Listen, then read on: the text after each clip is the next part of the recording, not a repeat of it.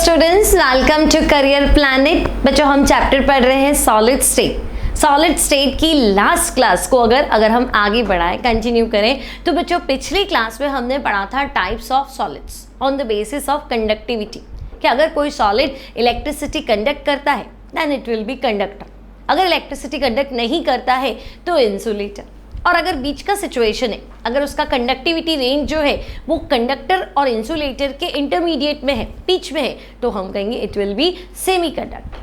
अब हमने molecular band theory के अकॉर्डिंग कंडक्टिविटी को एक्सप्लेन किया था कि भाई ऐसा क्या हो जाता है कि कुछ सब्सटेंस, कुछ सॉलिड्स तो बिल्कुल इलेक्ट्रिसिटी आराम से कंडक्ट करते हैं, कुछ जो होते हैं वो बिल्कुल भी नहीं कर पाते हैं, और कुछ जो होते हैं इंटरमीडिएट रेंज को शो करते हैं।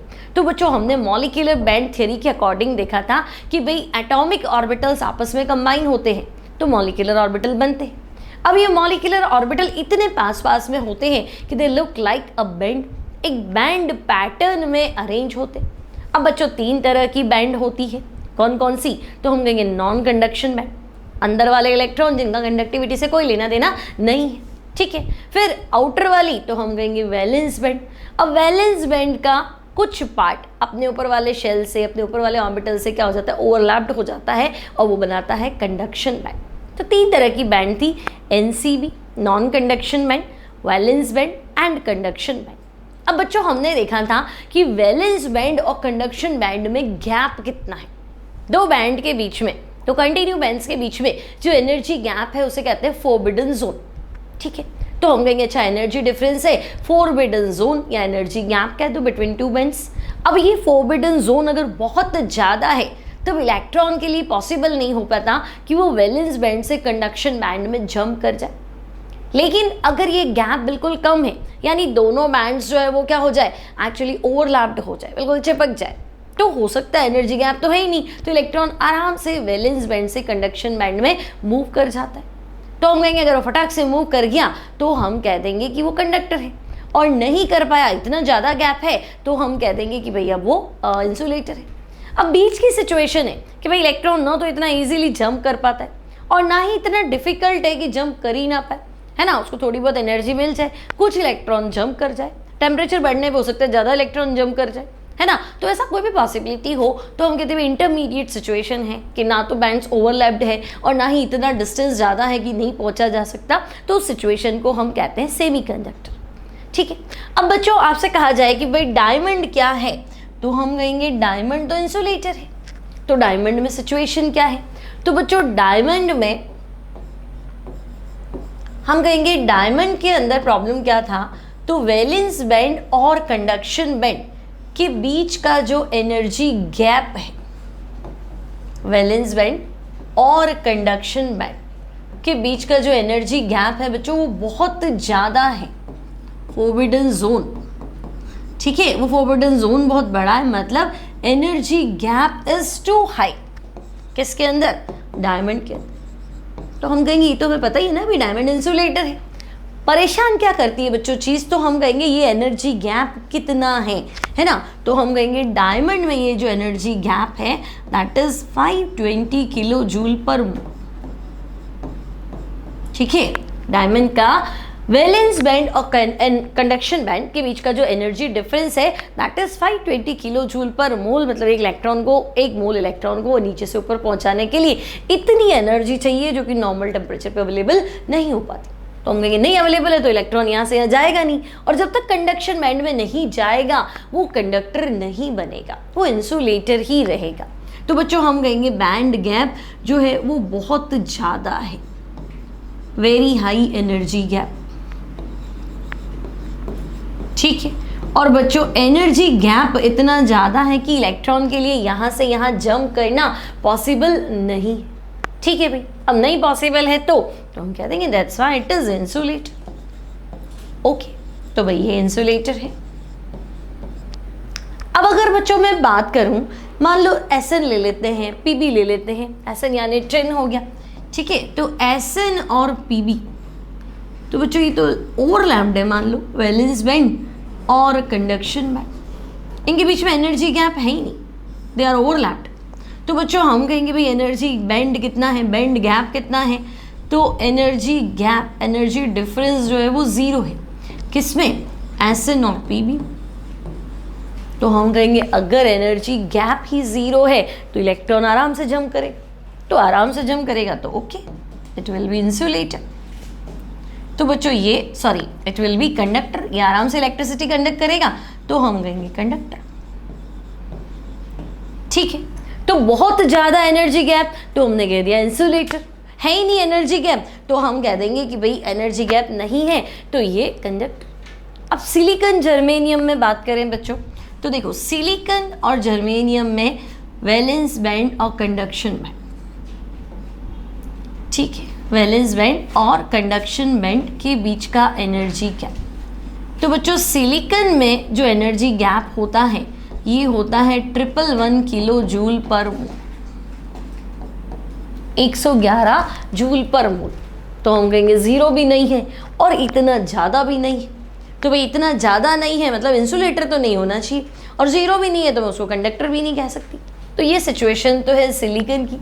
जर्मेनियम में, तो बच्चों जर्मेनियम में वैलेंस बैंड और कंडक्शन बैंड के बीच का एनर्जी गैप जो होता है that is 63 kilo joule per मोल। तो हम कहेंगे इंटरमीडिएट रेंज है, इसके और इसके बीच की स्थिति है। तो सिलिकॉन और जर्मेनियम क्या है, तो हम कहेंगे दे आर सेमीकंडक्टर। तो बच्चों आज जो टॉपिक हमें पढ़ना है वो सेमीकंडक्टर को ही डिटेल में डिस्कस करना है। सेमीकंडक्टर क्या होता है, कितने टाइप का होता है, इम्प्योरिटी मिलाने पे क्या क्या असर पड़ता है, ये सब कुछ पढ़ना है हमें सेमीकंडक्टर के बारे में। तो थोड़ा हमें वापस से क्लियर हो जाए कि भाई सॉलिड्स को कंडक्टिविटी के बेसिस पे हम कैसे डिवाइड कर सकते हैं। ठीक है, अब बच्चों कुछ क्वेश्चन जो है वो कंपटीशन में भी पूछे जाते हैं, तो थोड़ा हमें उनके लिए भी आइडिया लगाना पड़ेगा कि भाई क्या क्वेश्चन थे। मेरे पास है वैसे तो, चलो मैं आएंगी तब बता दूंगी आपको।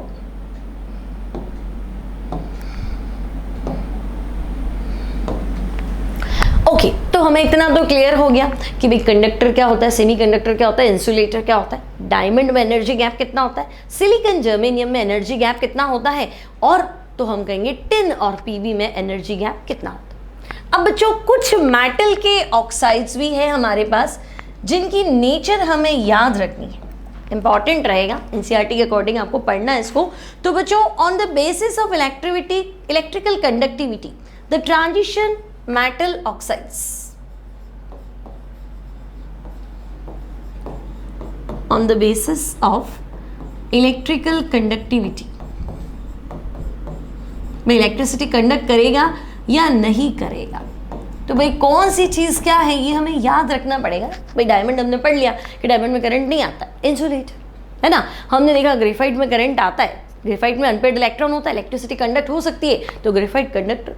जनरली कोवेलेंट कंपाउंड इंसुलेटर ही होते हैं, लेकिन कुछ एक ऐसे भी होते हैं जिनमें करंट आ सकता है।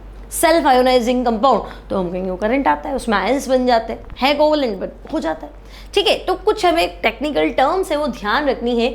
तो on the basis of electrical conductivity transition metal oxides, transition metal oxides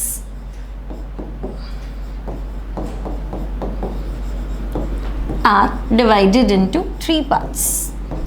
3 तरह के बच्चों ट्रांजिशन मेटल ऑक्साइड्स, तो 3 टाइप। तो कंडक्टिविटी के हिसाब से तो 3 ही हुए ना, या तो इंसुलेटर होना चाहिए, या कंडक्टर होना चाहिए, या सेमी कंडक्टर होना चाहिए। तो हम कहेंगे हाँ, लेकिन ध्यान रखो किसकी बात चल रही है, ट्रांजिशन मेटल का ऑक्साइड। तो बच्चों ट्रांजिशन मेटल समझते हो ना, डी ब्लॉक के एलिमेंट, तो हम कहेंगे ओके। अब बच्चों कुछ ऐसा ऑक्साइड है ना, जिनकी इलेक्ट्रिकल कंडक्टिविटी क्या है, काफ़ी ज़्यादा है। ठीक है, तो फर्स्ट टाइप जो है वो हम डिस्कस कर लेते हैं, oxides of metal. Metal oxide बच्चों है ना, मेटल और ऑक्सीजन का कॉम्बिनेशन। तो oxides with metal like electrical conductivities, जिनमें कंडक्टिविटी है। मेटल तो कंडक्टर होता है, उसमें तो कोई दो राय नहीं है, लेकिन मेटल के साथ ऑक्साइड है ना, उसकी भी क्या है, कंडक्टिविटी है, सेम करंट आता है मेटल की जितना का जितना। तो हम कहेंगे oxides with metal like electrical conductivity. Metal oxide है, फिर भी बच्चों उसकी कंडक्टिविटी मेटल के समान है। ठीक है, तो इसका एग्जाम्पल क्या है, तो हम कहेंगे इसका एग्जाम्पल आपको याद रखना है बच्चों, ऐसे ऑक्साइड जिनकी कंडक्टिविटी मेटल के समान है वो ऑक्साइड है बच्चों chromium oxide, ruthenium oxide, CrO2, RuO, TiO, है ना, टाइटेनियम ऑक्साइड, CrO2 और vanadium oxide, niobium oxide, rhenium oxide, rhenium oxide, vanadium oxide, niobium oxide. तो ये बच्चों याद रखना है, ये कई बार आपको अच्छे अच्छे कोचिंग्स की शीट्स में मिल जाएगा। तो बच्चे पूछते हैं कि भाई ये क्या है, तो ये लर्न करना है भाई ये कुछ मेटल के ऑक्साइड से ऑब्जर्वेशन किया गया है कि इनमें करंट आता है। तो भाई आता है या तो प्रैक्टिकली देख लो या याद कर लो। तो प्रैक्टिकली तो हम क्या करेंगे, तो हम इसको लर्न कर लेंगे कि भाई ठीक है ये ऐसे मेटल के ऑक्साइड्स हैं जिनकी कंडक्टिविटी मेटल के समान होती है, इनमें अच्छा खासा करंट आ सकता है। ठीक है, तो ये एग्जाम्पल है बच्चों, ये आपको लर्न करने हैं। तो हम कहेंगे rhenium oxide, ReO2, chromium oxide हो गया, रुथीनियम ऑक्साइड हो गया, वेनेडियम ऑक्साइड हो गया और नियोबियम ऑक्साइड। अब बच्चों कुछ ऑक्साइड्स ऐसे भी हैं जिनमें बिल्कुल ही करंट नहीं आता, मतलब वो इंसुलेटर है, मेटल ऑक्साइड है बट इंसुलेटर है, लाइक MnO, MnO2, उसमें बिल्कुल भी करंट नहीं आएगा। ठीक है, तो नेक्स्ट जो लिखना है बच्चों वो आपको लिखना है oxides with property of insulators, oxides with property of insulators. ठीक है, तो ऐसे ऑक्साइड है बच्चों जिनमें इंसुलेटर की प्रॉपर्टी है। इनके एग्जाम्पल बताइए, तो हम कहेंगे मैंगनीज ऑक्साइड। तो मैंगनीज क्या होता है, तो हम कहेंगे Mn, तो MnO हो जाएगा, MnO2 हो जाएगा। ठीक है, निकल का ऑक्साइड हो जाएगा, तो निकल ऑक्साइड क्या होगा, तो हम कहेंगे NiO2, निकल ऑक्साइड। वेनेडियम पेंटा ऑक्साइड V2O5, कॉन्टैक्ट मेथड में भी आपने पढ़ा होगा। और कोबाल्ट ऑक्साइड, तो बच्चों C कैपिटल O स्मॉल, ये कोबाल्ट है, और ऑक्साइड तो COO एटसेट्रा। ठीक है, तो ये कुछ एग्जांपल्स आपको लर्न करने हैं कि ऊपर वाले जो मेटल ऑक्साइड्स हैं इनकी कंडक्टिविटी मेटल के समान होती है। ये वाले जो ऑक्साइड्स है ये मेटल के ऑक्साइड है, लेकिन ये क्या होते हैं, बिल्कुल ही इंसुलेटर होते हैं। तो हम कहेंगे ओके। अब बच्चों कुछ ऑक्साइड तुम्हें ऐसे भी मिलेंगे जो सेमी कंडक्टर हो जाएंगे, क्योंकि आपने लिखा है on the basis of electrical conductivity. तो कंडक्टिविटी के अकॉर्डिंग तो हम क्या कहेंगे, या तो करंट पास करेगा या नहीं करेगा, या बीच की सिचुएशन होगी। तो करंट पास करेगा मतलब कंडक्टर, एग्जाम्पल है, नहीं करेगा मतलब इंसुलेटर, फिर एग्जाम्पल है, और इंटरमीडिएट रेंज है मतलब सेमी कंडक्टर। तो बच्चों नेक्स्ट है एग्जाम्पल 3, तो हम कहेंगे ऑक्साइड्स। कैसे ऑक्साइड, तो जिनकी प्रॉपर्टी कैसी हो, सेमी कंडक्टर के सिमिलर। तो oxides with the property of, oxides with the property of semiconductors।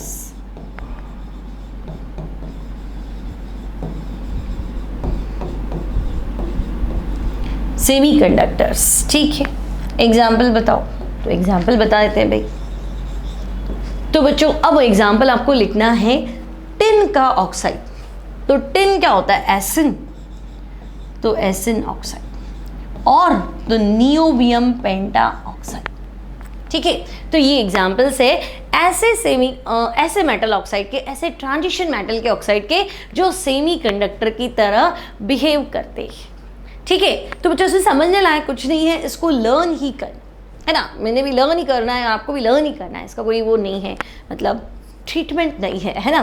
तो ये आपको याद रखना है कि हाँ भाई चलो, अब बच्चों छोड़ नहीं सकते, है ना, क्योंकि मैं बहुत बार बच्चों को है ना गाइड्स वगैरह कराती हूँ, स्टडी मटेरियल कराती हूँ, तो ये क्वेश्चन आते हैं, फिर मुझे लगता है पूरा चैप्टर पढ़ लिया लेकिन ये क्वेश्चन तो हो ही नहीं रहा।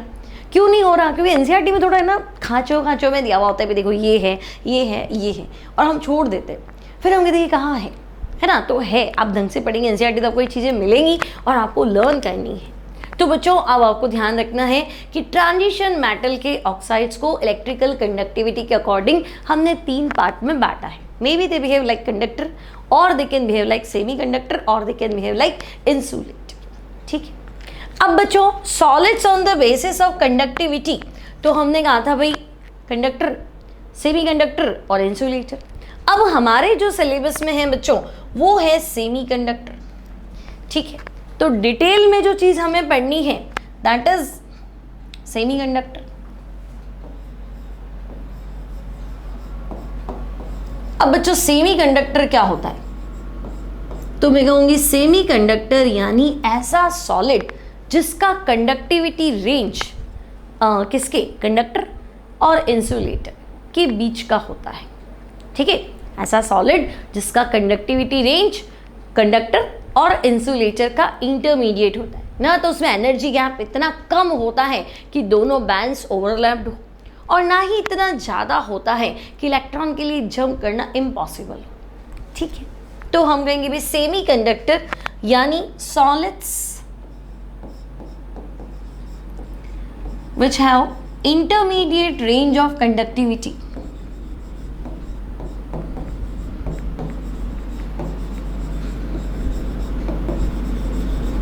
intermediate range of conductivity,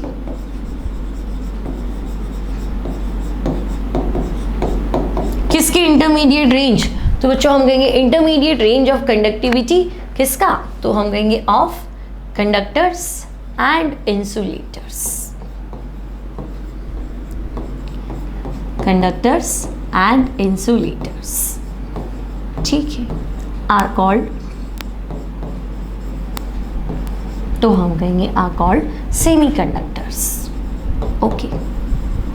तो भाई ये सेमीकंडक्टर्स होते हैं जिनका कंडक्टिविटी रेंज कंडक्टर और इंसुलेटर के बीच का होता है, ठीक है। क्लासिफाई कीजिए भाई, क्लासिफाई कर देंगे। सेमीकंडक्टर्स को कैसे क्लासिफाई करें, तो बच्चों हम कहेंगे सेमीकंडक्टर्स दो तरह के होते हैं, कौन से, तो एक तो होता है इंट्रिंसिक, इंट्रिंसिक सेमीकंडक्टर,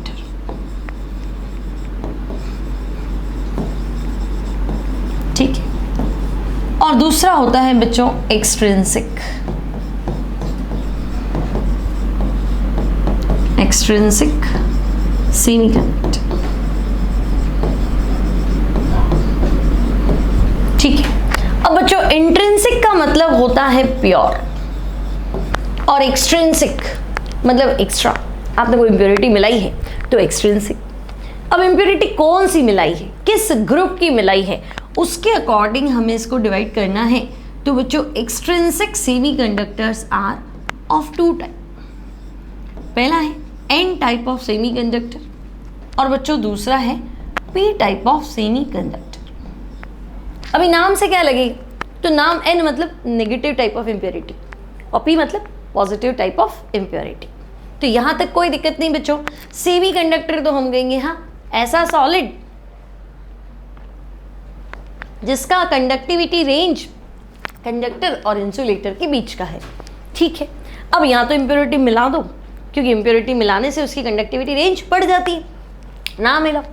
अब इंट्रिंसिक तो एग्जाम्पल लिखेंगे बच्चों, आपको एग्जाम्पल लिखना है pure silicon and pure germanium, ठीक है भाई। Pure silicon and pure germanium are examples of intrinsic semiconductor, ठीक है।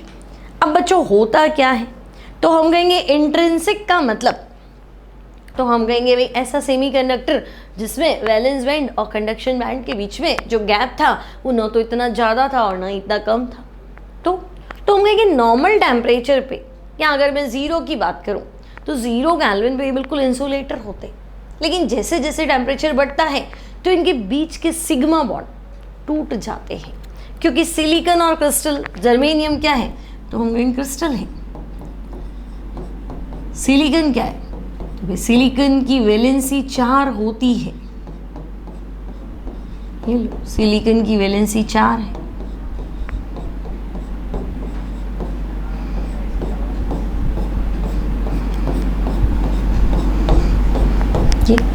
तो ये सिलिकॉन, इसमें सिलिकॉन एटम 4 बॉन्ड बना रहा है, 4 कोवेलेंट बॉन्ड।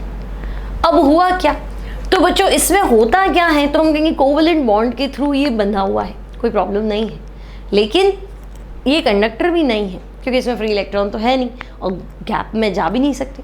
तो हम कहेंगे अब क्या करें, तो जैसे ही तुम इसको गर्म करोगे तो बच्चों हीट करने से क्या है, एक बॉन्ड में 2 इलेक्ट्रॉन ही तो होते हैं। तो हम कहेंगे हाँ, तो ये हीट करने से क्या होता है, इनके बीच के जो कोवेलेंट बॉन्ड्स है वो टूट जाते हैं। तो भाई एक बॉन्ड ब्रेक होगा, है ना। बॉन्ड कोई ऐसी बॉन्डिंग बिल्कुल ऐसा तो है नहीं ना, 2 इलेक्ट्रॉन बिल्कुल पास में एक प्रॉपर स्पेस में है, तो हम उसको एक बॉन्ड मान लेते हैं। हाँ, ये दोनों कनेक्टेड है, हिलते नहीं है, एटम अपनी जगह पे रहते हैं, ठीक है। तो हम कहेंगे हीट करेंगे तो एनर्जी आपने दी, उसको टेम्परेचर दिया, हीट दी, एनर्जी दी। तो एनर्जी देने से इनके कोवेलेंट बॉन्ड्स क्या होंगे, तो बच्चों इनके कोवेलेंट बॉन्ड ब्रेक हो जाएंगे। अब कोवेलेंट बॉन्ड ब्रेक हो जाएंगे तो इलेक्ट्रॉन फ्री हो जाएंगे। अब इलेक्ट्रॉन फ्री हो जाएंगे तो ये जंप भी कर जाएंगे, आपको बीबी से सीबी जंप कराना था तो जंप भी कर जाएंगे और ये कंडक्टर बन जाएंगे। तो भाई मैं कह दूँ प्योर सिलिकॉन प्योर जर्मेनियम में है क्या, तो एट लो टेम्परेचर या at 0 kelvin temperature they behave like insulator, कोई इलेक्ट्रॉन नहीं है। लेकिन टेम्परेचर रेज करने के बाद इनके बीच के कोवेलेंट बॉन्ड्स ब्रेक हो जाते हैं, इलेक्ट्रॉन फ्री हो जाते हैं और वो मूव कर जाते हैं, चलने लगते हैं और वैलेंस बॉन्ड से कंडक्शन बैंड में जंप कर जाते हैं। और जब जंप करेगा तो करंट आएगा, ठीक है। तब हम कहेंगे ठीक है, सेमी मतलब समझे ना बच्चों, सेमी मतलब आधा ही तो हुआ, आधा कंडक्टर है और आधा क्या है, इंसुलेटर, ठीक है। तो अगर आपको सेमी कंडक्टर का डेफिनेशन लिखना है, इंट्रिंसिक सेमी कंडक्टर, तो आप लिख दो they are insulators at room temperature, ठीक है।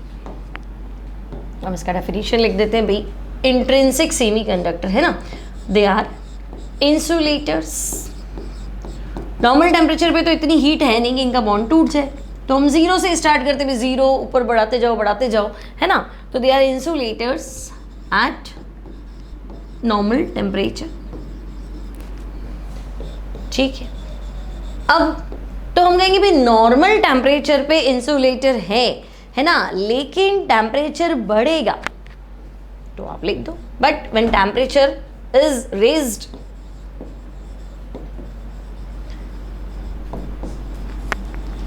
when temperature is raised, the covalent bonds present between their atoms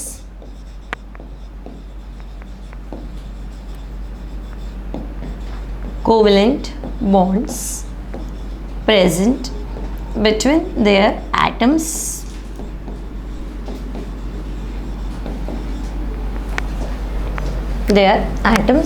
are broken.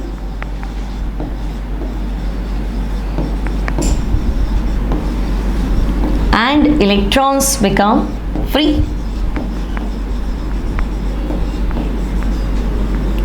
Free to move. And they behave like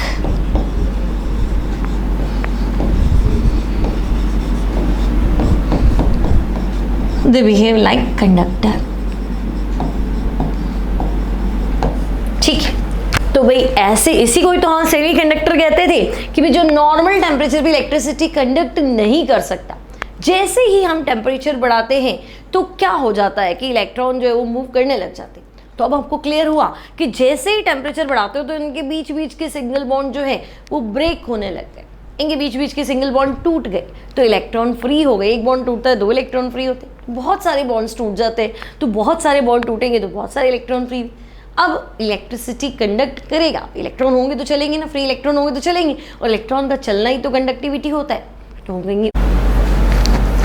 अब बच्चों एक्सट्रिंसिक सेमी कंडक्टर, तो नाम से क्या लग रहा है, कुछ एक्स्ट्रा मतलब इम्प्योरिटी। तो बच्चों सेमी कंडक्टर्स की कंडक्टिविटी को इम्प्योरिटी मिलाकर भी बढ़ाया जा सकता है। Conductivity of semiconductors can be increased by adding impurity. कौन सी इम्प्योरिटी, तो N type of P type जो है, ये इसका जो टाइप है वो इम्प्योरिटी के अकॉर्डिंग ही है, ठीक है। तो नेक्स्ट चलते हैं बच्चों, नेक्स्ट स्लाइड पे, एक्सट्रिंसिक सेमी कंडक्टर। तो बच्चों हम कहेंगे कि भाई एक्सट्रिंसिक, पहले तो टेम्परेचर बढ़ाने पे क्या होता था, टेम्परेचर बढ़ाते ही इंसुलेटर से सेमीकंडक्टर बन जाता है। अब अगर हम कोई ऐसी इम्प्योरिटी में मिला दे तब भी अच्छा बन जाएगा, कंडक्टर बन जाएगा, है ना। तो हम कहेंगे कि conductivity of semiconductors, conductivity of semiconductors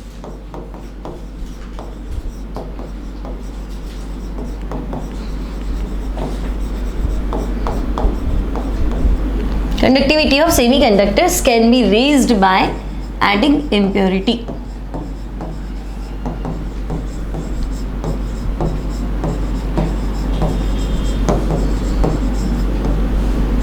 ठीक है, अब ऐसा सेमीकंडक्टर जिसकी कंडक्टिविटी आपने इम्प्योरिटी मिलाकर बढ़ाई है, उस सेमीकंडक्टर को हम कहते हैं एक्सट्रिंसिक सेमीकंडक्टर। अगर डायरेक्ट पूछ ले कि भाई इंट्रिंसिक क्या होता है, एक्सट्रिंसिक क्या होता है, तो हम बता देंगे भाई इंट्रिंसिक मतलब इंटरनल, कुछ भी नहीं मिलाया है ना, बिल्कुल प्योर सेमीकंडक्टर यानी प्योर सिलिकॉन, प्योर जर्मेनियम, वो हमारा इंट्रिंसिक सेमीकंडक्टर है। मतलब जो नॉर्मल टेम्परेचर पे तो इंसुलेटर ही था, लेकिन जैसे ही टेम्परेचर बढ़ाते गए वैसे वैसे उसके बीच के सिग्मा बॉन्ड टूटते गए, उसके इलेक्ट्रॉन फ्री होते गए और वो बहुत बढ़िया कंडक्टर बन गया। और एक्सट्रिंसिक था वही, जो इंट्रिंसिक था वही था, लेकिन अब टेम्परेचर बढ़ाने के अलावा भी हमने क्या किया, उसमें इम्प्योरिटी मिला दी। तो इम्प्योरिटी मिलाने से हम क्या देखते हैं, कंडक्टिविटी अचानक से बहुत ज़्यादा हो जाती है, तो एक्सट्रिंसिक सेमीकंडक्टर। ठीक है, पूछे तो हमें ये लिखना है कि ऐसा सेमीकंडक्टर जिसकी कंडक्टिविटी हमने इम्प्योरिटी ऐड करके बढ़ाई है। ओके, अब बच्चों ये कितने टाइप के हैं, तो हम कहेंगे दे आर ऑफ 2 टाइप्स। कौन कौन से टाइप्स है, तो बच्चों पहला है एन टाइप ऑफ सेमीकंडक्टर। ठीक है भाई, एन टाइप ऑफ सेमीकंडक्टर। अब बच्चों सेमीकंडक्टर का एग्जाम्पल तो हमने सिलिकॉन जर्मेनियम पढ़ा था।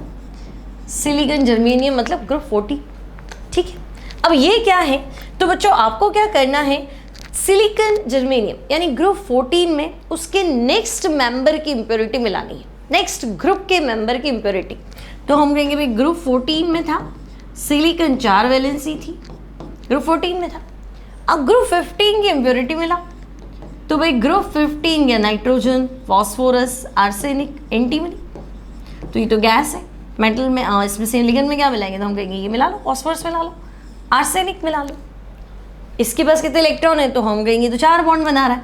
फॉस्फोरस के पास कितने इलेक्ट्रॉन है, तो भाई 5 है, 5 बॉन्ड बना सकता है, तो एक बार ऐड तो कर लो, तो ठीक है भाई। तो हम लिखेंगे when impurity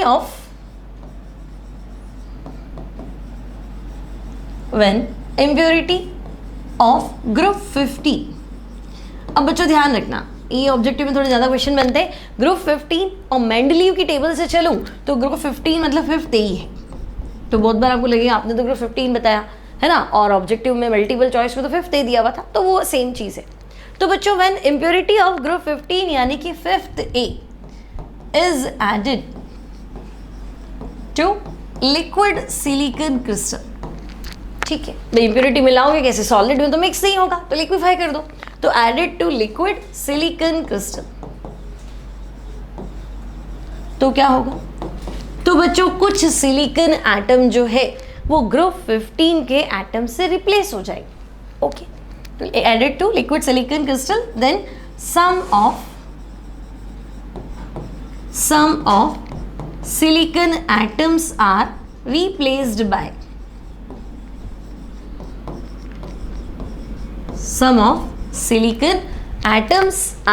replaced by phosphorus, arsenic, कुछ भी ले लो, ठीक है, या आप कह दो impurities। ठीक है, और फॉस्फोरस आर्सेनिक कहाँ से आए बच्चों, तो आपने लिखा है कि मैंने लिक्विड सिलिकॉन क्रिस्टल में ग्रुप 15 या 5th A की इम्प्योरिटी मिलाई है, तो 5th A एग्जाम्पल लिख दो, फॉस्फोरस आर्सेनिक, ये इम्प्योरिटी हम मिला रहे हैं। ठीक, तो सिलिकॉन की जगह कौन आ जाएगा, तो हम कहेंगे फॉस्फोरस आ जाएगा। अब तो देखो सिलिकॉन क्रिस्टल अगर हम बनाए तो बच्चों ये सिलिकॉन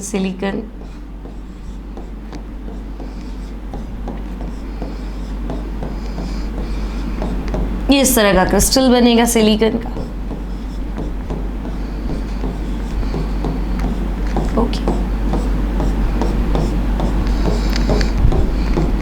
तो हम कहेंगे क्रिस्टल है सिलिकॉन का। ओके, अब होगा क्या, तो बच्चों ये सिलिकॉन का क्रिस्टल है, आपने फॉस्फोरस की इम्प्योरिटी मिला दी, तो हम कहेंगे हाँ मिलाई, तो सिलिकॉन रिप्लेस हो जाएगा फॉस्फोरस से, तो मैंने सिलिकॉन हटा दिया। ठीक है, तो सिलिकॉन तो आप हटा दो, क्या लगा उसकी जगह, तो हम कहेंगे फॉस्फोरस लगा दो, लगा दिया फॉस्फोरस। अब बच्चों सिलिकॉन के पास तो होते थे 4 इलेक्ट्रॉन, फॉस्फोरस के पास होते थे 5 इलेक्ट्रॉन।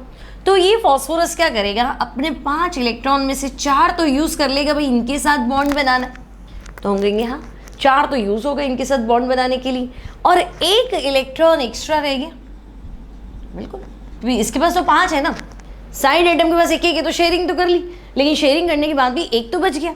आपने क्या किया, सिलिकॉन के पास 4 इलेक्ट्रॉन थे, आपने इम्प्योरिटी 5 वाले की मिलाई, मतलब आपने ऐसे एलिमेंट की इम्प्योरिटी मिलाई जिसके पास इलेक्ट्रॉन ज़्यादा ही थे। ठीक है, तो एन टाइप ऑफ सेमीकंडक्टर आप ऐसे भी तो कह सकते हैं on adding electron rich impurity. ठीक है ना, आप ऐसी इम्प्योरिटी मिला रहे हो जिसमें इलेक्ट्रॉन ऑलरेडी क्या है, ज़्यादा है, इलेक्ट्रॉन बच रहे हैं, तो हम कहेंगे ठीक मिला, क्या दिक्कत है। अब ये इलेक्ट्रॉन फ्री हो गया, और आपको पता ही है कि भाई जो फ्री इलेक्ट्रॉन है, जो अनपेड इलेक्ट्रॉन है, that is always responsible for the conductivity. अब ऐसा थोड़ा नहीं कि फॉस्फोरस है, बहुत सारे फॉस्फोरस है तो बहुत सारे अनपेड इलेक्ट्रॉन होंगे। तो अब आप देखो बिना टेम्परेचर बढ़ाए भी आपके पास इलेक्ट्रॉन है, और ये इलेक्ट्रॉन ही तो चलेंगे, और इलेक्ट्रॉन का चलना मतलब करंट आना। ठीक है, तो हम कहेंगे भाई since electron is a negative type of particle, तो इस तरह के सेमीकंडक्टर को मुझे कहना चाहिए एन टाइप ऑफ सेमीकंडक्टर, है ना। इलेक्ट्रॉन क्या है, नेगेटिव पार्टिकल है तो हम कहेंगे एन टाइप ऑफ सेमीकंडक्टर। ठीक है, तो बच्चों यहाँ तक क्लियर कि हमने ग्रुप 14 में इम्प्योरिटी मिलाई 15 की। ठीक है, तो सिलिकॉन रिप्लेस हो गया ग्रुप 15 की इम्प्योरिटी के साथ। ओके, नाउ मान लो फॉस्फोरस लिखेंगे, phosphorus has 5 electron in its valence shell. मान लो मैंने फॉस्फोरस की इम्प्योरिटी मिलाई, तो फॉस्फोरस के पास कितने इलेक्ट्रॉन हैं, तो हम कहेंगे इसके पास तो 5 इलेक्ट्रॉन थे, तो it has 5 electrons in its valence shell. अब उससे क्या होगा, तो हम कहेंगे भाई इसके पास अगर 5 इलेक्ट्रॉन है तो 4 के साथ तो बॉन्ड बनाएगा। ठीक है, so it forms 4 bonds with 4 other silicon atoms। ठीक है, 4 other silicon atoms, and there is one unpaired electron। ठीक है, now this इलेक्ट्रॉन, तो बच्चों इलेक्ट्रॉन को मैं नेगेटिव पार्टिकल लिख दूं क्या, तो हम कहेंगे हाँ में इलेक्ट्रॉन तो माइनस होता है, तो this electron is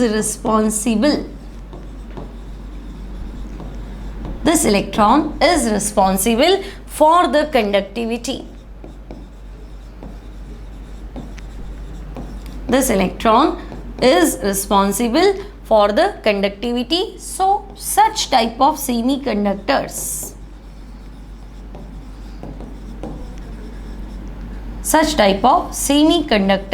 are known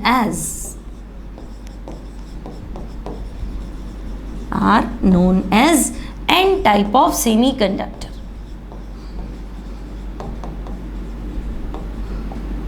ठीक है, such type of semiconductor are known as N type of semiconductor।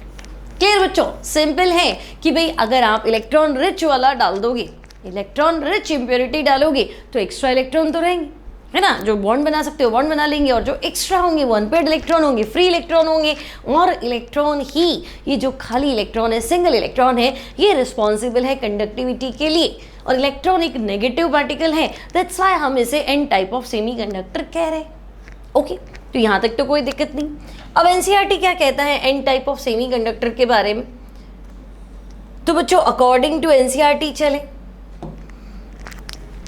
तो देखो एनसीईआरटी के अकॉर्डिंग बच्चों ये आपका हो गया सिलिकॉन एटम, तो हम कहेंगे हाँ ये सारे सिलिकॉन एटम हैं।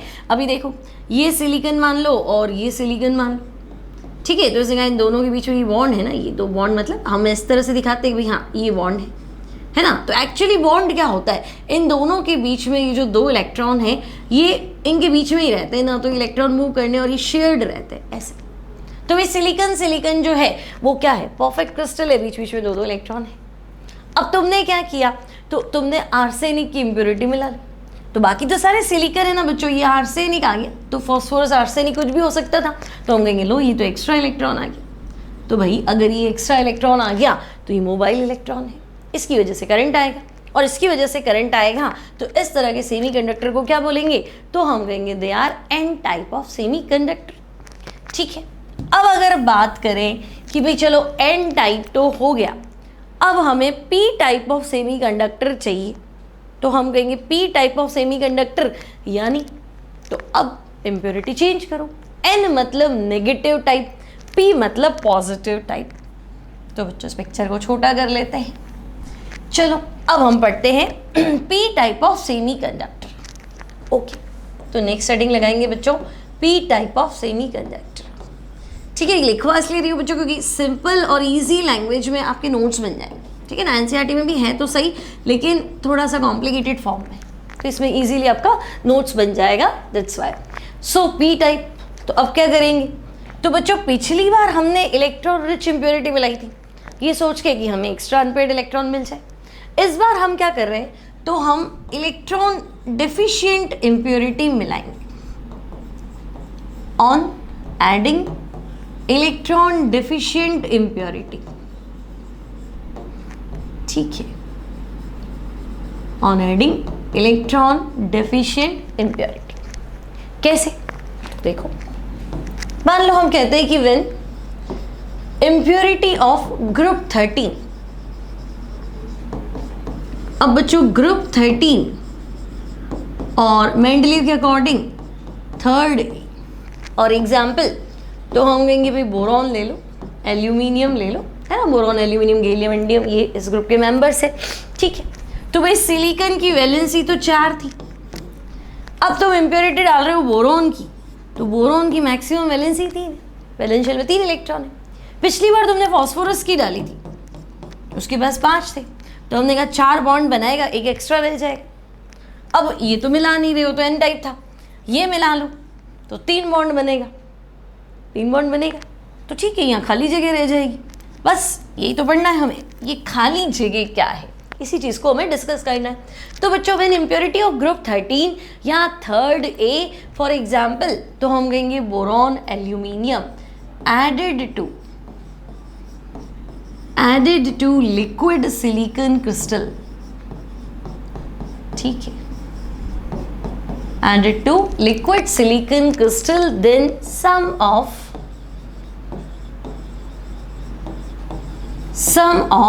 silicon atoms are replaced by, मान लो बोरॉन ले लेते हैं, बोरॉन एटम्स। ठीक है, बोरॉन एल्यूमिनियम कुछ भी जो भी आपने मिलाया है। ठीक है, अब क्या होगा, तो हम कहेंगे चलो उसका पिक्चर बना लेते। भाई हमारे पास क्या थे, तो हमारे पास सारे सिलिकॉन एटम थे,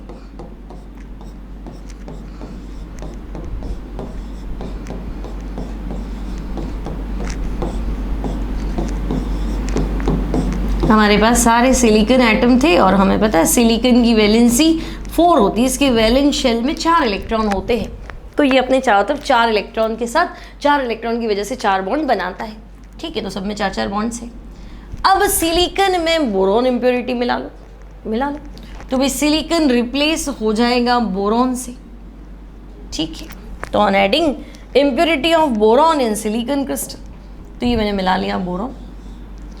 अब बच्चों ये बोरॉन के पास 3 इलेक्ट्रॉन है, तो हम कहेंगे ये 3 इलेक्ट्रॉन है, तो इधर के साथ तो ये बॉन्ड बना लेगा, इसके साथ भी शेयरिंग करके ही बॉन्ड बना लेगा, और इधर भी शेयरिंग करके ही बॉन्ड बना लेगा। अब ये सिलिकॉन तो बेचारा रह गया, इसका तो खाली इलेक्ट्रॉन पड़ा है ना, और बोरॉन के पास वो है ही नहीं, तो बोरॉन का ये स्पेस क्या हो जाएगा, फ्री हो जाएगा। ठीक है, अब आप कहोगे कि भाई करंट तो अनपेड इलेक्ट्रॉन की वजह से आएगा, वो सही है, लेकिन अनपेड इलेक्ट्रॉन आया क्यों, वो खाली जगह बनी, वो वेकेंट साइट यानी वो होल बना। ये जो वेकेंट साइट है इसे क्या कहते हैं, तो हम कहेंगे ये है होल। इसकी वजह से क्या हुआ, वो इलेक्ट्रॉन फ्री रह गया, और करंट पास करोगे तो ये इलेक्ट्रॉन इस होल में जाके बैठ जाएगा, तो यहाँ खाली जगह हो जाएगी। कहीं और का इलेक्ट्रॉन आएगा, वो इस साइड में आके बैठ जाएगा, तो वहाँ खाली जगह बन जाएगी। तो वो जो खाली जगह बन रही है क्रिस्टल में, वहाँ जा जाके इलेक्ट्रॉन मूव करते जाएंगे और इलेक्ट्रॉन चलते जाएंगे, तो करंट आएगा। क्लियर, वापस देखो, हम कहेंगे लिक्विड सिलिकॉन क्रिस्टल था, तो तुमने कहा भाई सिलिकॉन तो 4 बॉन्ड बनाता है, ठीक है। तो सिलिकॉन अगर 4 बॉन्ड बनाता है तो तुम क्या करो, इसमें बोरॉन की इम्प्योरिटी मिलाओ, ठीक है। तो हम कहेंगे बोरॉन की इम्प्योरिटी मिलाएंगे तो सिलिकॉन की जगह कौन आएगा, तो सिलिकॉन की जगह बोरॉन आ गया। अब भाई बोरॉन के पास तो 3 इलेक्ट्रॉन है, तो इसने इसके साथ तो शेयरिंग कर ली, इधर भी शेयरिंग कर ली, और ऊपर भी चलो सिलिकॉन होगा तो ये उसके साथ भी शेयरिंग कर लेगा कि चलो मेरे पास 3 इलेक्ट्रॉन है। लेकिन ये जो पड़ोसी सिलिकॉन है ये अपना इलेक्ट्रॉन लेके बैठा रहेगा कि भाई इसके पास तो है ही नहीं, तो यहाँ तो इलेक्ट्रॉन है, यहाँ खाली जगह। तो ये खाली जगह को हमने क्या नाम दिया, होल। अब होल का नेचर तो प्लस होता है ना, भाई इलेक्ट्रॉन है तो वो जगह माइनस, और जहाँ इलेक्ट्रॉन नहीं है वो जगह क्या है, प्लस। तो इस वजह से इसे पी टाइप ऑफ सेमीकंडक्टर कहते हैं बच्चों, पी टाइप ऑफ सेमीकंडक्टर। लिखना क्या है आपको, तो आप लिखेंगे some of silicon atoms are replaced by boron atoms. Now boron या ग्रुप 13 का जो भी एलिमेंट आप मिला रहे हो, तो boron has 3 electrons in its valence shell, ठीक है। तो भाई बोरॉन के वैलेंस शेल में 3 ही इलेक्ट्रॉन है। अब तो हम कहेंगे अब क्या, ये 3 बॉन्ड बनाएगा, so it forms 3 bonds. It forms 3 bonds with 3 silicon atoms, and it has a vacant site. चौथी जगह इसकी क्या होगी, चारों तरफ तो सिलिकॉन है तो एक जगह खाली हो गई, it has a vacant site that is hole. Now बच्चों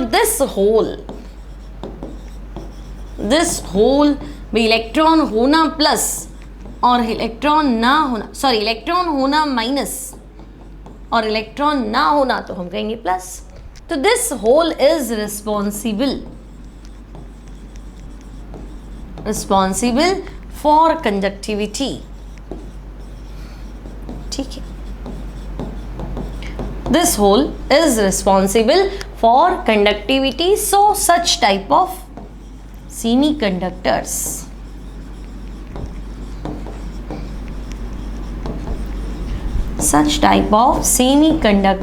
are known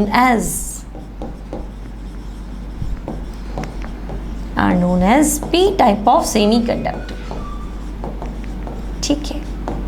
तो भाई ऐसे सेमीकंडक्टर को हम p टाइप बोल रहे हैं, p मतलब प्लस, n माइनस, n मतलब माइनस, क्लियर। तो ये भी सिंपल है। तो अगर आपसे पूछे कि भाई मैंने लिक्विड सिलिकॉन में इलेक्ट्रॉन रिच इम्प्योरिटी डाली, तो इलेक्ट्रॉन रिच मतलब एन टाइप ऑफ सेमीकंडक्टर, और अगर लिक्विड सिलिकॉन क्रिस्टल में हमने इलेक्ट्रॉन डेफिशिएंट, इलेक्ट्रॉन की कमी वाली इम्प्योरिटी, मतलब कमी उसके अकॉर्डिंग है ना, या आप देख लो ऑक्टेट तो पूरा होता ही नहीं, इलेक्ट्रॉन डेफिशिएंट है ही सही, तो इलेक्ट्रॉन डेफिशिएंट वाली इम्प्योरिटी डाली तो हम कहेंगे, यानी कि बोरॉन एल्यूमिनियम, तो हम कहेंगे पी टाइप ऑफ सेमीकंडक्टर। अब अगर हम एनसीईआरटी के अकॉर्डिंग चले बच्चों, तो एनसीईआरटी आपको परफेक्ट एक्सप्लेनेशन देता है पिक्चर के थ्रू। क्या देख रहे हैं हम, तो ये तो प्रॉपर सिलिकॉन क्रिस्टल है ना, 4 एटम जो है, एक एटम जो है वो 4 बॉन्ड बना लेगा, इनके बीच में 2 इलेक्ट्रॉन रखे हुए। अब आर्सेनिक मिलाया तो देखो 2 साइड, भाई एक आर्सेनिक के चारों तरफ, तो हम कहेंगे एक आर्सेनिक के चारों तरफ क्या है, 4 एटम तो है, तो 4 बॉन्ड तो दिख गए। एक्स्ट्रा इलेक्ट्रॉन जो है वो मोबाइल इलेक्ट्रॉन है, उसकी वजह से करंट आएगा, तो इसे हम कहेंगे एन टाइप। अब बच्चों अगर मैंने बोरॉन मिला दिया तो देखो 3 एटम के साथ तो इसने 2 इलेक्ट्रॉन दिखाए, यहाँ आपको 2 इलेक्ट्रॉन दिखेंगे, यहाँ पे भी 2 इलेक्ट्रॉन दिखेंगे, यहाँ पे भी 2 इलेक्ट्रॉन दिखेंगे, लेकिन ऊपर वाला एटम सिलिकॉन वो तो इलेक्ट्रॉन लेके बैठा है, पर यहाँ बोरॉन के पास नहीं, तो हम कहेंगे खाली जगह बन गई, गड्ढा बन गया, एक वेकेंट साइट बन गई, यानी ये पी टाइप ऑफ सेमीकंडक्टर है। तो बच्चों आपसे पूछे कि भाई creation of N and P type semiconductor, तो आप कहेंगे अगर ऑन डोपिंग ग्रुप 13 तो पी टाइप में चले जाओ, और एन डोपिंग मतलब मिक्सिंग, इम्प्योरिटी ऐड करना, तो 15 मिलाओगे तो एन टाइप, 13 मिलाओगे तो बच्चों बनेगा पी टाइप, ठीक है। तो ये है हमारे पास सेमीकंडक्टर। अब यूज़ क्या है भाई, कंडक्टर थे ही ना, गर्म करोगे फिर सेमीकंडक्टर बनाओगे तो ज़रूरत क्या है, मत बनाओ। तो हम कहेंगे नहीं बच्चों, आपने डायोड सुना है ना, डायोड सुना है, तो डायोड एक्चुअली क्या है, डायोड जो है एन और पी टाइप के सेमीकंडक्टर से बनता है ना, इसके कंपोनेंट से। तो देखो various combination applications of N and P type semiconductor, NCERT क्या कहता है, तो various combination of N and P type semiconductors are used for making electronic components. For example diode, diode क्या है बच्चों, तो एन और पी टाइप का सेमीकंडक्टर है जिसको हम एज अ रेक्टिफायर, ये सब आप फिजिक्स में पढ़ोगे, उसे रेक्टिफायर की तरह हम यूज करते हैं। सिमिलरली बच्चों ट्रांजिस्टर्स तो आप पढ़ेंगे एनपीएन जंक्शन, पीएनपी जंक्शन, मतलब एनपीएन एन टाइप का सेमीकंडक्टर, फिर पी, फिर पीएनपी तो पी टाइप का सेमीकंडक्टर, फिर एन, फिर पी, तो पीएनपी एनपीएन ये टाइप्स होते हैं उनके। तो transistors are made by sandwiching a layer of one type of semiconductor between two layers of the other type of semiconductor. मतलब एनपीएन तो दो एन के बीच में एक पेन पी मिला दिया, सैंडविच बना दिया, या दो पी के बीच में एक एन मिला दिया, तो एनपीएन या पीएनपी जो है वो ट्रांजिस्टर्स है। क्या काम आते हैं बच्चों, तो ऑडियो या रेडियो सिग्नल्स को एम्पलीफाई करने का काम करते हैं, ठीक है। Now the solar cell is an efficient photo diode used for the conversion of light energy into electrical energy. तो सोलर सिस्टम तो आपको पता ही, सोलर सिस्टम क्या करता है, सन की लाइट को किसमें कन्वर्ट कर देता है, इलेक्ट्रिसिटी। चाहिए क्या, तो उसमें भी फोटो डायोड चाहिए जो ये कन्वर्जन कर सके, एक एनर्जी को दूसरी एनर्जी में कन्वर्ट करना, तो फोटो डायोड की तरह यूज कर सकते हैं।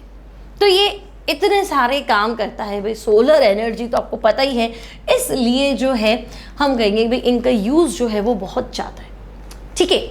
अब बच्चों सेमीकंडक्टर आपका कंप्लीट हो गया विद यूजेस। अब एनसीईआरटी में कुछ इंटरेस्टिंग बातें हैं वो भी हम पढ़ लेते हैं।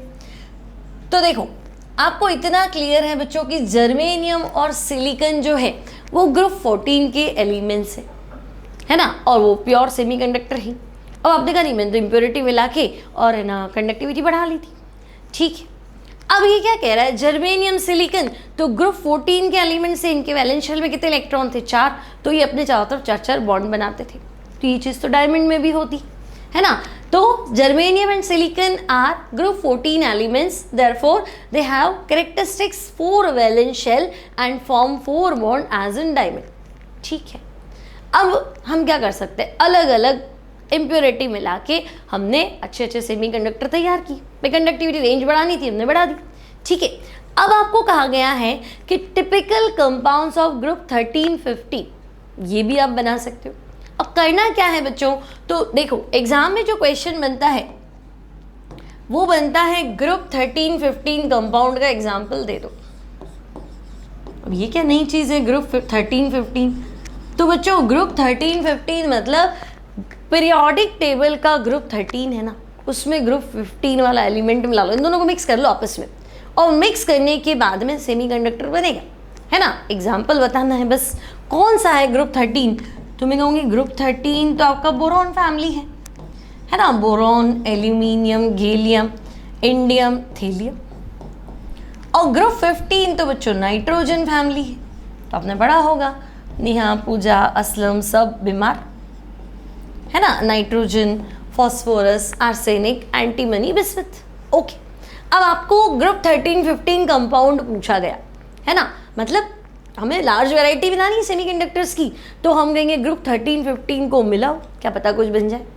तो देखो एल्यूमिनियम में फॉस्फोरस की मिक्सिंग आराम से हो जाती, ये मिक्स हो जाते हैं और अच्छा आपका मटेरियल तैयार हो जाता है। तो मैं एक एग्जांपल लिख देती हूँ ग्रुप 13-15 का, ALP एल्यूमिनियम फॉस्फाइड। भाई एल्यूमिनियम क्या करेगा, 3 बॉन्ड बना लेगा, फॉस्फोरस के पास तो 5 है ना, तो वो 3 बॉन्ड बना लेगा, 2 इलेक्ट्रॉन खाली रह गए ना, तो अनपेड इलेक्ट्रॉन 2 है। सिलिकॉन में फॉस्फोरस मिलाया था तो एक ही रहा था, है ना, तो करंट तो आया था, लेकिन आपके पास अब 2 है तो ज़्यादा आएगा, तो हम कहेंगे ये कॉम्बिनेशन बना।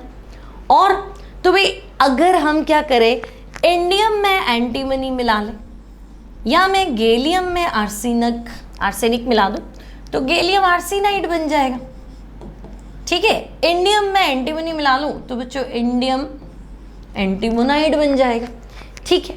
तो मिला तो कुछ भी दे, लेकिन मिक्स भी होना चाहिए, बनना भी चाहिए, प्रैक्टिकली पॉसिबल भी होना चाहिए, तो ये आराम से प्रैक्टिकली पॉसिबल होता है। क्या एग्जाम्पल दिया, इंडियम एंटीमोनाइड तो है, ALP एल्यूमिनियम फॉस्फाइड है, फिर GaAs गैलियम आर्सेनाइड ये भी है।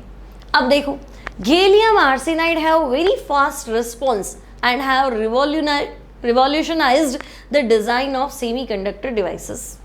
ठीक है, बहुत ज़्यादा अच्छा रिस्पॉन्स है ना। हम तो सेमी कंडक्टर को स्टडी करते रह गए, हमने कहा थोड़ी मिक्सिंग कर लो, सेमी कंडक्टर होना चाहिए, उसमें मिक्सिंग करके हमने उसकी कंडक्टिविटी बढ़ाई। अब इन्होंने तो कुछ नया ही कर दिया, ये लोग तो सेमी कंडक्टर थे ही नहीं, है ना, और इन्होंने इनमें कुछ नया मिक्स करके और बहुत बढ़िया अच्छे अच्छे सेमी कंडक्टर्स बना दी, मतलब रिवॉल्यूशन आ गया, इतनी बढ़िया कंडक्टिविटी हो गई। तो ठीक है, तो बच्चों हमारा इंपॉर्टेंट क्वेश्चन क्या रहेगा एग्जाम पॉइंट ऑफ व्यू से, तो थोड़ा ध्यान रखेंगे। अगर आपसे पूछा जाए ग्रुप 13, 15 कंपाउंड क्या है, तो by adding the elements of group 13 and 15 example तो होंगे ये बन गए होंगे, ये बता दिया हमने, है ना, जो जो पॉसिबल लगे वो बना दो। ठीक है, अब बच्चों और सोचा तो ये कह रहे हैं ग्रुप 12, 16 को भी मिक्स करके बना सकते हो। ठीक है, तो अब आपसे पूछा जाए मान लो कि भाई ग्रुप 12, 16 कंपाउंड्स बताओ, ठीक है, तो अब आपको क्या करना है, ग्रुप 12 में ग्रुप 16 को मिक्स करना है। ठीक है, अब ग्रुप 12, तो बच्चों ग्रुप 12 भी लिख लेते हैं, चलो यहाँ लिख लेते हैं ग्रुप 12 और यहाँ लिख लेते हैं ग्रुप 16। अब पीरियोडिक टेबल में ग्रुप 12 कौन है, तो बच्चों हम कहेंगे शुरू में तो एस ब्लॉक के दो आ गए, हाइड्रोजन वाली फैमिली और बेरिलियम वाली। फिर ग्रुप 3 शुरू होता है डी ब्लॉक से, जैसे स्कैंडियम, टाइटेनियम, वेनेडियम, क्रोमियम। खत्म होगा 3D तो मैं कहूँगी जिंक पे, जिंक के नीचे आता है कैडमियम, उसके नीचे आता है मरकरी। तो हम कहेंगे ग्रुप 12 मतलब डी ब्लॉक का आखिरी, तो जिंक, कैडमियम, मरकरी। ठीक है, और ग्रुप 16, तो ग्रुप 16 तो ऑक्सीजन फैमिली है, तो ये भी आपने पढ़ा है, ओ स्टाइल से टी वो, है ना, ऑक्सीजन, सल्फर, सेलेनियम, टेलुरियम, अपोलोनियम। अब आप इनके कॉम्बिनेशंस बना दो, मिक्स कर दो, तो भाई क्या क्या मिक्स हो सकता है, तो हम कहेंगे देखते हैं। जिंक और सल्फर तो मिक्स हो जाएगा, ये तो हमने पढ़ा है, स्फेलेराइड, है ना, जिंक सल्फाइड, तो हम कहेंगे ये तो आराम से मिक्स हो जाएगा। तो ZnS पॉसिबल है प्रैक्टिकली, तो मिलाओ भाई। कैडमियम में भी सल्फर मिक्स हो सकता था, तो ठीक है भाई, कैडमियम सल्फाइड लिख दो, होता है, ये भी लैब में टेस्ट भी करते हैं इसका। फिर कैडमियम में सेलेनियम मिक्स हो जाएगा, तो इसको भी बना दो, तो कैडमियम सेलेनाइड। और कैडमियम में टेलुरियम, सॉरी मरकरी में क्या मिलाया इन्होंने, टेलुरियम मिलाया है, तो मरकरी में टेलुरियम मिला के मरकरी टेल्यूराइड। ठीक है भाई, ये भी बन जाएगा, ये ले। ठीक है, तो ये है ग्रुप 12, 16 कंपाउंड्स। ठीक है, नाउ अब क्या कह रहा है, in these compounds the bond are not perfectly covalent and the ionic character depends upon electronegativities of the two element. भाई 100% कोवेलेंट तो नहीं होगा, जिंक सल्फाइड तो हम बोलते हैं ना जिंक +2 सल्फर -2, है ना, तो हम कहेंगे कैडमियम सल्फाइड भी कैडमियम +2 सल्फर -2। तो प्रॉपर कोवेलेंट बॉन्ड नहीं है 100%, थोड़े बहुत आयनिक कैरेक्टर है, डिपेंड करेगा इनकी इलेक्ट्रोनेगेटिविटी का डिफरेंस कितना है। क्योंकि सेमी कंडक्टर तो हमने ऐसा पढ़ा था ना बच्चों कि भाई ये सारे जो है इनके खुद के बीच में कोवेलेंट बॉन्ड होते हैं, तो हम कहेंगे हाँ। पहले क्या पढ़ा था, सोचो इंट्रिंसिक में क्या पढ़ा था, तो हमने कहा था भाई प्योर है, इनके बीच में खुद में इनका कोवेलेंट बॉन्ड है, और जब हम गर्म करते तो भाई ये कोवेलेंट बॉन्ड टूट जाता है ना, और ये कोवेलेंट बॉन्ड टूट जाता है तो ये इलेक्ट्रॉन फ्री हो जाते हैं, और इलेक्ट्रॉन फ्री है, इलेक्ट्रिसिटी कंडक्ट हो सकती।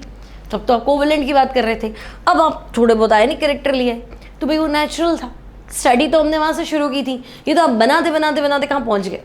तो एक अलग चीज़ है कि भाई साइकिल शुरू से थोड़ी ना बनी थी, है ना, पहले क्या बना था, पहले तो टायर ही चलते थे, बच्चे टायर ही चला रहे थे, टायर से हमने साइकिल पहुँचे, साइकिल से 2 व्हीलर पे पहुँचे, फिर 4 व्हीलर पे पहुँचे, फिर तो आपने एरोप्लेन बना दिया, उड़ती कारें बन जाएंगी। उससे क्या, शुरुआत तो बेसिक से हुई थी ना, तो बेसिक में ये था कि भाई हाँ इनके बीच में कोवेलेंट बॉन्ड्स होते हैं, अब इनमें नहीं है तो नहीं है ना, वैसे भी ये बनाए गए हैं। ठीक है, अब क्या है बच्चों एनसीईआरटी में हमारे पास, तो एप्लीकेशंस, तो ये तो हमने पढ़ लिया, ये भी पढ़ लिया,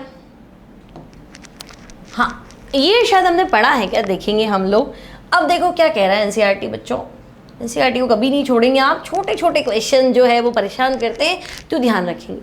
सो it is interesting to learn that transition metal oxides, ये पढ़ लिया बच्चों हमने, show marked differences in electrical properties. याद करो, पढ़ा था ना शुरू में कि भाई ट्रांजिशन मेटल का ऑक्साइड, कुछ ऑक्साइड तो ऐसे मिले जो बिल्कुल कंडक्टर ही होते, कुछ ऐसे मिले जो मेटल ऑक्साइड है बट इंसुलेटर है, और कुछ ऐसे भी है जो सेमी कंडक्टर है ना। मैंने कहा था कहीं ना कहीं छुपा हुआ जरूर है एनसीईआरटी में, इसलिए हमने शुरू में उसको डिस्क्राइब कर लिया था।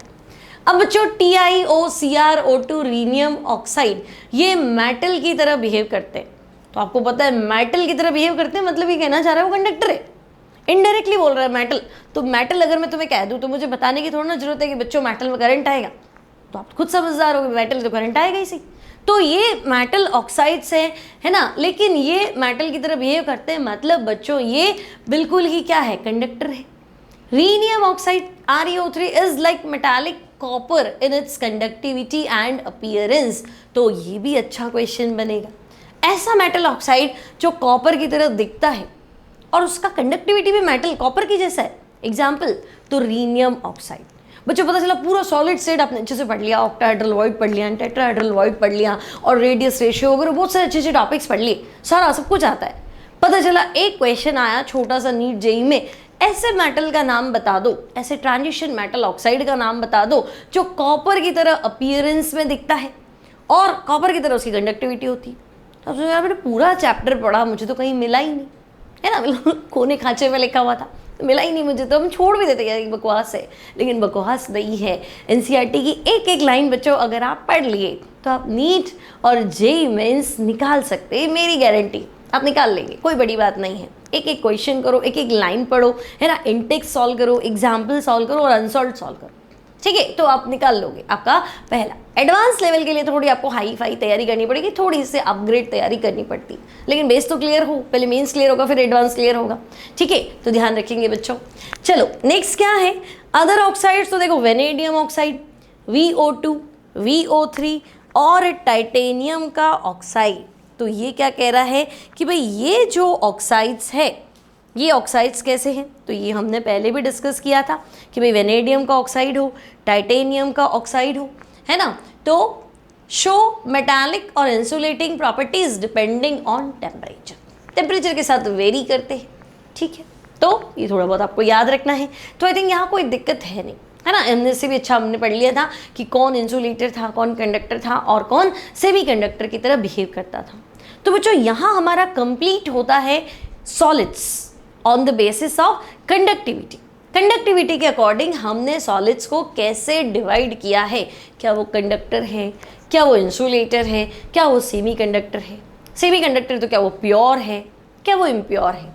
अभी इम्प्योर है तो कौन सी इम्प्योरिटी मिलाई, है ना, इलेक्ट्रॉन रिच मिलाई, इलेक्ट्रॉन डेफिशिएंट मिलाई, एन टाइप है, पी टाइप। तो काफ़ी सारा ज्ञान आपको इस लेक्चर में मिलेगा और प्रॉपर आपको हैंड रिटन नोट्स भी मिल जाएंगे, है ना, और इसमें से जो आपको अच्छा लगे एनसीईआरटी के अकॉर्डिंग वो आप नोट करें बच्चों, है ना, नोट्स ऐसे बनाओ कि नोट्स पढ़ते ही आपका फाइनल काम हो जाए, ठीक है। तो अब मिलेंगे हम नेक्स्ट लेक्चर में, अच्छा लगे तो लाइक जरूर करेंगे और फ्रेंड्स के साथ शेयर करेंगे।